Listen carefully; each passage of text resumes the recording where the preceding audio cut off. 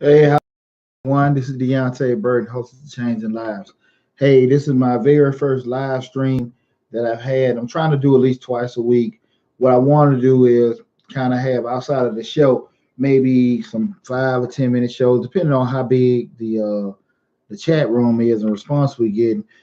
Give me another opportunity to give you guys some free information. So I invited everybody out. I know it's kind of last minute because just want to get some experience with doing this, but also to give you opportunity to chime in, hit the chat room, submit questions that you may have that's tax or business related.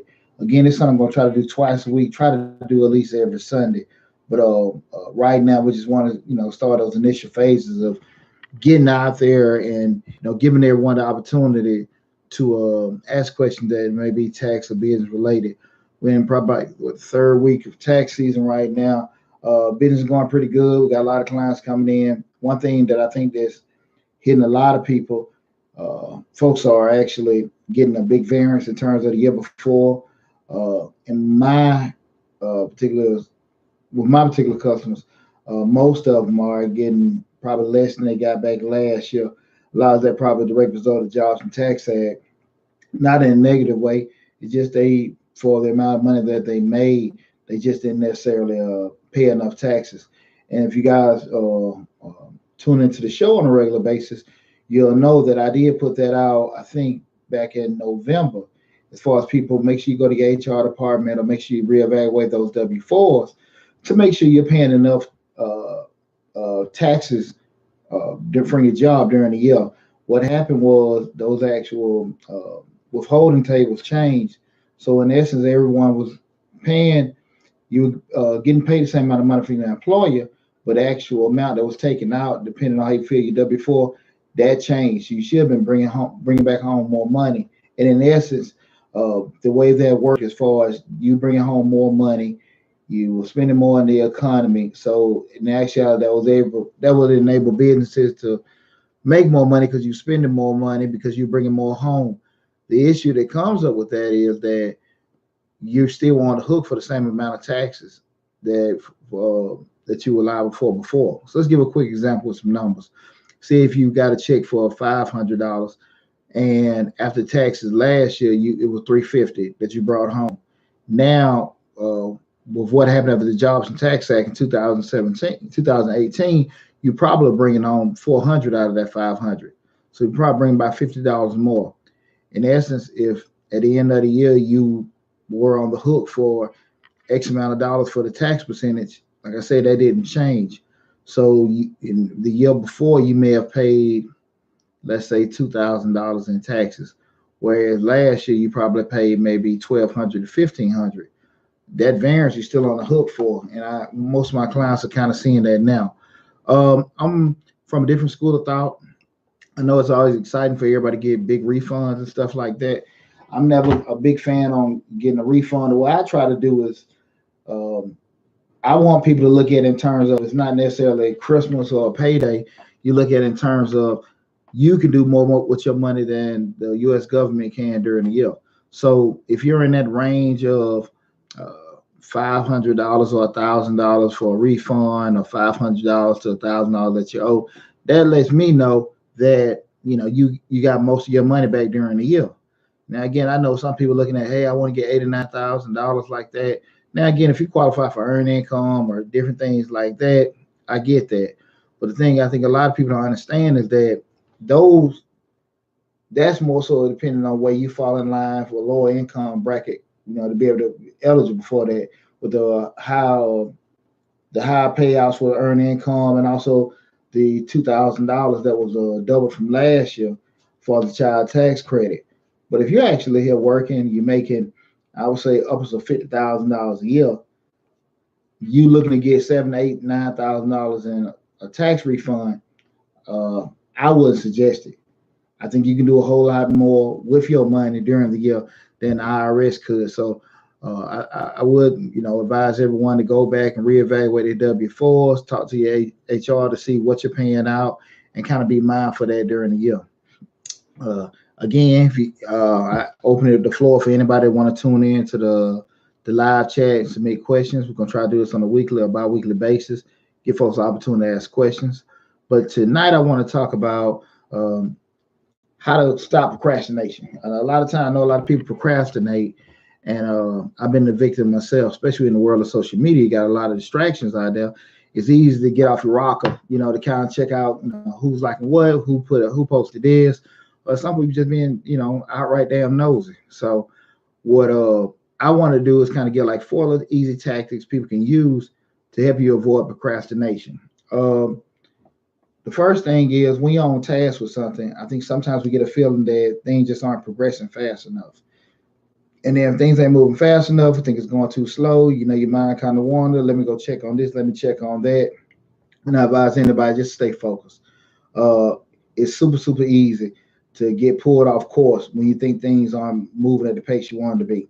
I think if you go into a situation mentally understanding that this is a process, this may take me an hour, a day, or something like that, and you know that from the beginning or the onset of it, your mind to kind of stay on track instead of you just kind of get mentally fatigued relatively quickly and getting off task. So I think the first thing you just don't feel like it's moving fast enough, and the easy solution to that is kind of make your mind set to know that this is going to be a process, so you don't get off task too quick. The next thing you don't really know where to start on something. So it's just like when you put you just buy some furniture or get something from the store, those ones you got to assemble yourselves, and you see all these damn pieces scattered out everywhere. Now, of course, it's going in order how you get it done, but you see some places here, some places there may be easier. I can fix the drawers, I can fix the doors. I don't want to get all those other parts will have a million pieces, but there is a chain that you're supposed to go about everything. And if we sit here and see a task that has all these different moving pieces, we kind of get off track with everything because we forget where we're supposed to start at and then go in a sequential order from there.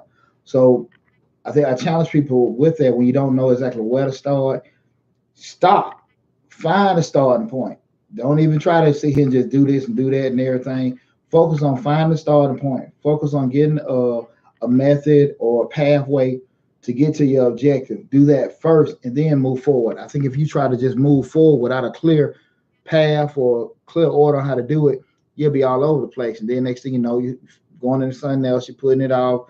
Uh, uh, next thing you know, you spend an hour or two doing something that had nothing to do with it. So my best advice is you to do that when you don't have a clear path where to go. Stop for a second and draft that out for yourself. Um, the third thing, when we start thinking about procrastination, sometimes people, when they're on something, they have this fear of failing, the fear of messing up with that.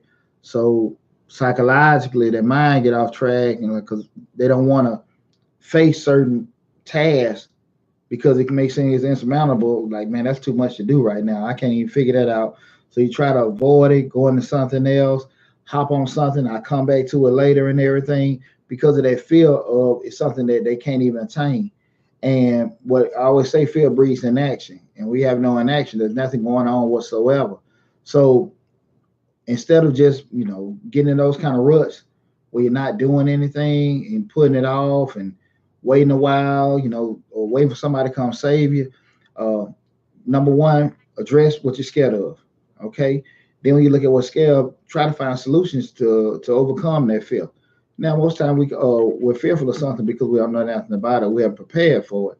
So again, make yourself knowledgeable of what you need to take care of. Usually it's not nothing that you can't handle. It's just more so something that you're unfamiliar with that you just ain't got the courage of yet to just, go head on and knock it out. But that's the third thing in terms of people afraid of failure. And like I said, again, equip yourself with enough information so you don't get off track and start procrastinating to answer that solution or take care of that. So it's just not something that you just stay away from because you're scared of. The fourth thing is, and I think this is the, the major cause of a lot of stuff when we start talking about procrastination, he just don't even want to do it. And I think when you have a task that you don't like, you don't want to get started with, you'll find every damn reason in the world not to get started with it. So I think in order for you to uh, get around something that you don't want to do is number one, just do it. I know that sounds kind of crazy, but we're not always going to be in a situation to do things that we're totally enthused about doing, or something that we like doing, but some of the tasks in order to get there, you just rather not deal with and try to skip it or anything like that. And when that happens is we'll spend 10 hours on a 2-hour task just because we didn't feel like dealing with it. You have to be professional, you have to be attentive, and you have to focus on the task at hand. Because again, like I said, you can easily get off track because it's something you don't necessarily want to deal with. Again, those four uh, four solutions I gave you on how to deal with procrastination.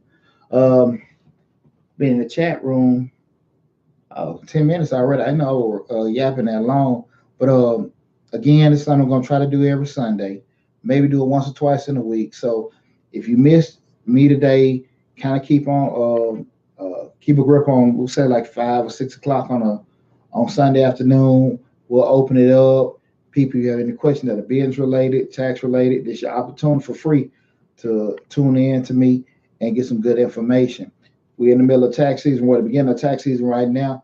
Please go to my website, book an appointment, www.majesticbiz.com. My number at the office is 678-479-4007. When you go to the website, you'll see the booking or the scheduling link. Hit on that. The now consulting links, I got a phone call about that the other day. The consulting, we charge $50 for 30 minutes and $75 for an hour for business consulting. But if you hit for the income tax appointment bookings, it's free.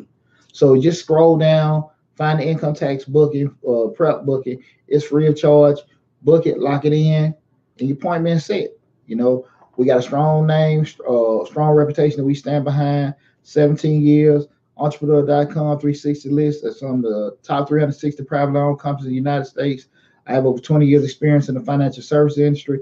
We got a good team, good company, and I love for to service your tax preparation needs or any kind of needs you may have that may be individual or small business related. Again, that's www.majesticbiz.com, majesticbiz.com, and go to the website. Book your appointment. Number is also 678-479-4007. Deonte Burden. I hope you enjoyed the information that I gave you today on ways to stop procrastination. Got tons of other little videos like that. So if you get an opportunity, please go to the YouTube page, like, share, subscribe to the page. I think our next show, we're skipping this week because of Valentine's Day, but we'll be back on the 21st. We'll be discussing what parents need to be doing for their kids to get to college. You know, in general, I think I had another video about how parents are always pushing their kids to do great in school and everything like that. But you have too many times kids have done everything they're supposed to do that the parents told them to do in high school. And then we get around that senior year, parents haven't done any damn thing for the kids to get to their next level. I'm talking about as far as you're the straight A student, and we know good grades do what? Good grades get you accepted. They don't necessarily get tuition paid.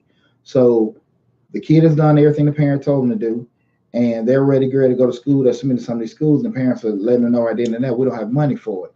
So what I wanted to do is just provide a forum in terms of what parents say, listen, if you're going to push your kids to go that path and do well, this is what you need to do on your end to kind of make sure we can find some kind of agreement, and not necessarily saying the kid has to go Ivy League or anything like that, but just some strategies to kind of help your kids out. If you already send them on that upward path, you want to make sure that path is set. You know, you got a walkway for them to go down.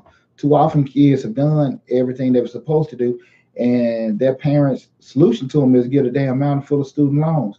And that's not a good damn idea altogether. So tune in to the 21st. My baby boy, William Burden, he'll be doing that show with me too. So I have a lot of good information going. Again, this is Deonte Burden, host of Change the Lives. I appreciate you guys tuning in to the night's live chat. Like I said, again, we're going to try to do this every week. So if you missed us, you know, just tune in next time and stuff.